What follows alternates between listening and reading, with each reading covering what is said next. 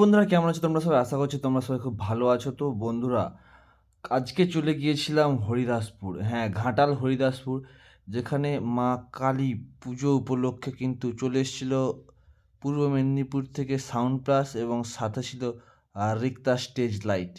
তো দেখতে পাচ্ছ, এই হচ্ছে মা কালীমা। তো এই কালী মায়ের পুজো উপলক্ষেই কিন্তু রিক্তা স্টেজ লাইট, সাথে কিন্তু সাউন্ড প্লাস, আর সাথে আছে রুদ্রনীল ইলেকট্রিক্যালের ডিজি। আর মন্দিরটা তোমাদেরকে একটু দেখিয়ে দিলাম, যে মন্দিরটাতেও কীরকম লোকের ভিড় তোমরা দেখতে পাচ্ছ।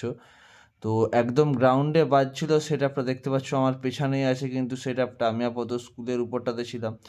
তো লাইটিংটাও দেখতে পাচ্ছ কত সুন্দর খেলছে। আর এখানে রুদ্রনীল ইলেকট্রিকের যে কথাটা বলছিলাম, সেখানে দেখতে পাচ্ছ রুদ্রনীল ইলেকট্রিকের কিন্তু ডিজিটা আছে, এবং লাইটিংয়ের যে আভাটা এবং লাইটিংয়ের যে পরিমাণটা সেটা কিন্তু অনেকটাই বেশি ছিল, এবং সেক্ষেত্রে কিন্তু লাইটিংটা দেখতেও খুব সুন্দর লাগছিল বন্ধুরা।